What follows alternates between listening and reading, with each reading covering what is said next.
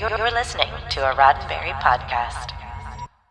Today is Wednesday, May 19th, 2021, and this is your daily Star Trek news from the Roddenberry Podcast Network. On today's show, Star Trek Lower Decks showrunner Mike McMahan teases amazing legacy cameos in the show's second season.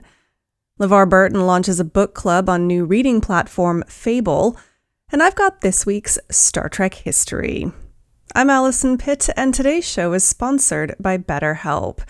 Get 10% off your first month of counseling at betterhelp.com/DSTN.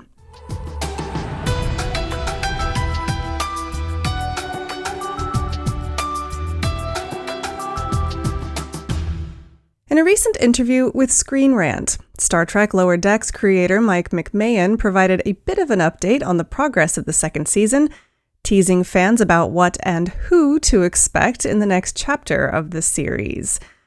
Without spoiling it too much, when the first season of Lower Decks ended, relationships among the crew were in a state of turmoil, memories were lost, and unexpected, powerful enemies in the form of Pakleds were roaming the quadrant. For the writing staff, that's going to be a lot to unpack in the second season, and Mike McMahan knows it. When it comes to such an involved storyline, McMahan said, "We have a lot of bills to pay. That's how we wrote season 2.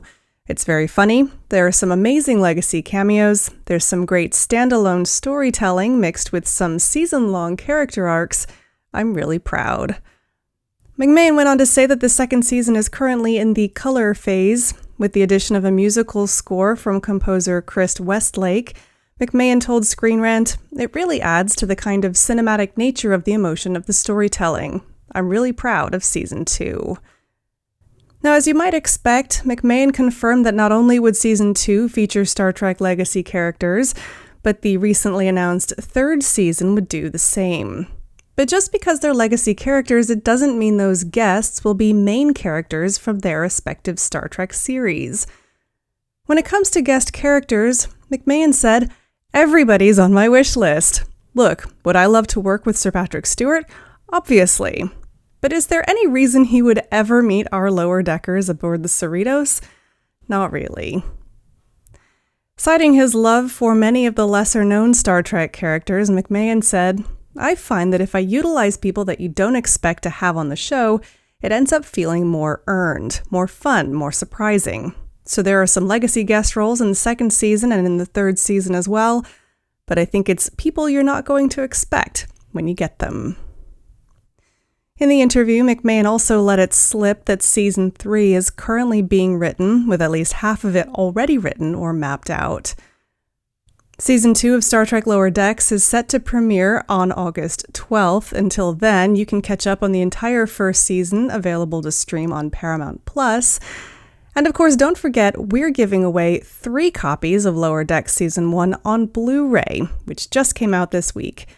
To find out how to enter, visit dailystartreknews.com/Lower Decks. LeVar Burton, who for 23 years encouraged children to read on the PBS show Reading Rainbow, has launched an online book club for grown-ups on the new social reading platform Fable.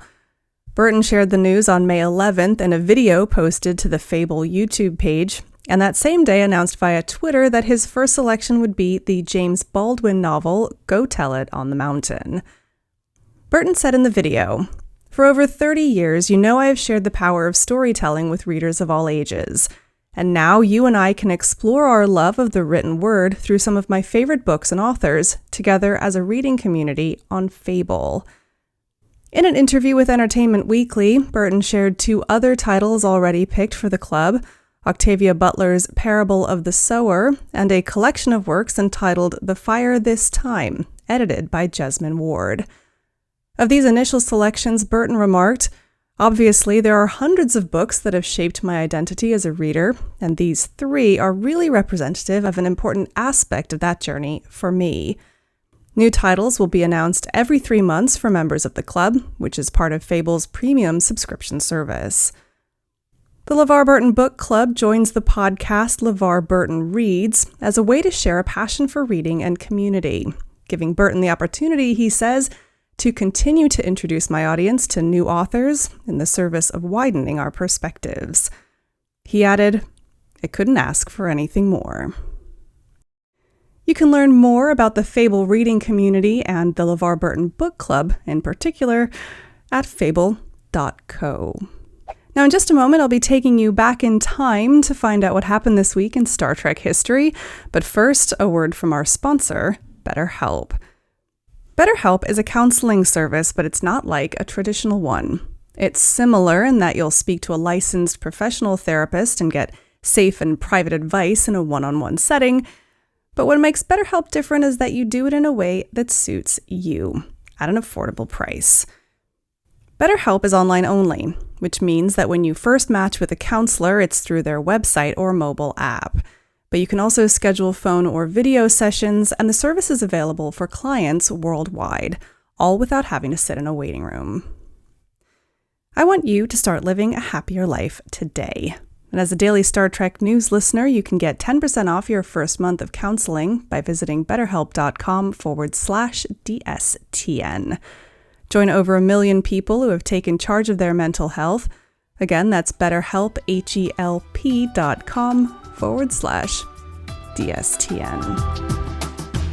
And now, a look back into Star Trek history. On this day, May 19th, back in 1983, William Shatner was granted a star on the Hollywood Walk of Fame. Shatner, best known for playing Captain James T. Kirk on Star Trek, was starring in T.J. Hooker at the time he was honored with the 1,762nd star on the walk. Embedded in the sidewalk for several blocks in Hollywood, California, the Walk of Fame celebrates the achievements of entertainment industry greats. 600 people attended Shatner's dedication ceremony, including Leonard Nimoy. Nimoy gave a speech on the day in which he praised his friend as a wonderful man and a great actor, before reminiscing about the terrible jokes Shatner liked to play on him. Shatner himself spoke as well, saying, "This is my small ticket to the stars. All of the other accolades are so ephemeral, one never has anything that's truly concrete, and this is the one exception." To clarify, the stars are technically made of terrazzo and brass, but we can forgive Mr. Shatner the pun since he's been cemented in our hearts for many years. Tune in again next Wednesday for more Star Trek history. Well, that's it for today's daily Star Trek news from the Roddenberry Podcast Network. Don't forget to check out the other great shows on the network at podcasts.roddenberry.com. Daily Star Trek News is produced by me, Alison Pitt, and written by Chris Peterson and Jack Brown, with history by T. Rick Jones. Today's show was sponsored by BetterHelp. Get 10% off your first month of counseling at betterhelp.com/DSTN. I'm back tomorrow with more of the Star Trek news you need to know and the weekend's Star Trek events. I'm Alison Pitt. Live long and prosper. This is a Roddenberry podcast. For more great podcasts, visit podcast.roddenberry.com.